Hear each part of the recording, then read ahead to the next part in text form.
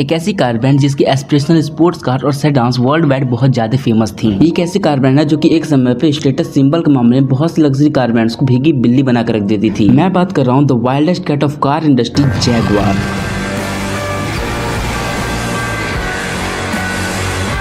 But ये बताते हुए बहुत बुरा लग रहा है कि जैगुआर इज नो मोर। तो इस वीडियो में मैं समरी में बताने वाला हूँ कि जैगुआर के साथ ऐसा क्या हुआ कि जैगुआर इज डेड नाउ।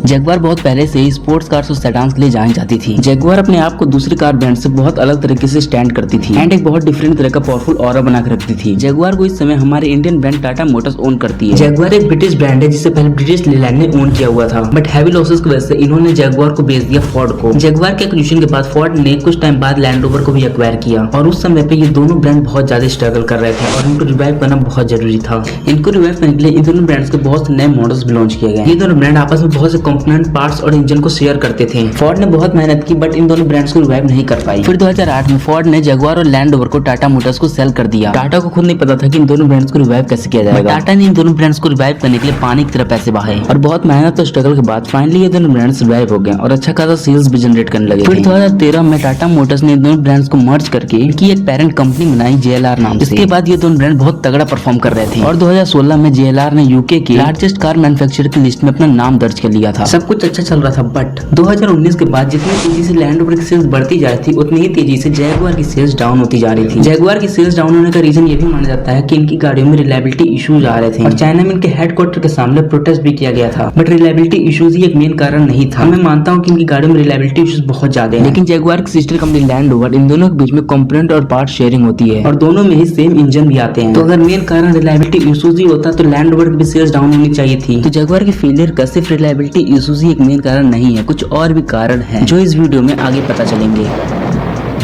2019 में लोग जहां 28% एसयूवीज खरीदा करते थे, 2022 आते आते वो 48% एसयूवीज तक चली गई थी। ये ड्रास्टिक चेंज जैगुआर के लिए बहुत बड़ी प्रॉब्लम लेके आया, क्योंकि जैगुआर अपनी एस्पिरेशनल स्पोर्ट्स कार और सेडान्स के लिए जानी जाती थी। इसलिए मार्केट में इन्होंने अपने कुछ एसयूवीज को भी लॉन्च किया और उनके पास मार्केट में 3 परफॉर्मेंस एसयूवीज भी हो गए। इन 3 एसयूवीज में से एफ-पेस एक ऐसी एसयूवी थी जिसे तुम जैगुआर का पिलर कह सकते हो, क्योंकि ये एसयूवीज जैगुआर की मोस्टली सेल्स नंबर लेके आ रही थी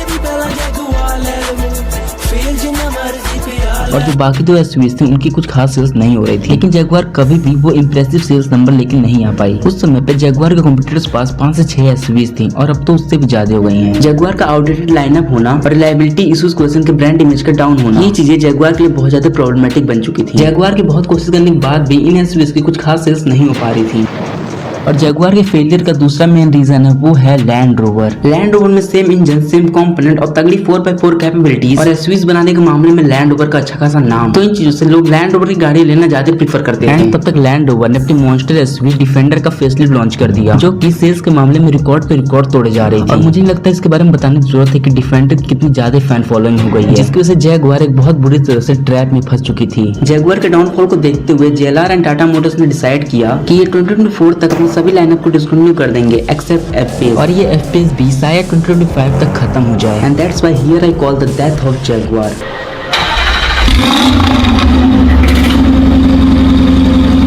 क्योंकि 2025 में Jaguar will reborn again but as an electric car maker. अब देखो इलेक्ट्रिक कार में वो एग्जॉस्ट साउंड नहीं होता है और रॉनेस नहीं होती है, इसलिए इलेक्ट्रिक कार को लोग ज्यादा पसंद नहीं करते हैं। बट आई थिंक एक ब्रांड के सर्वाइवल के लिए ये चीज कर रहे हैं तो भाई ठीक है कि survival of brand is more important. Jaguar फिर से रिवाइव हो जाएगा, फिर से जिंदा हो जाएगा, बट पहले से दहाड़ नहीं पाएगा।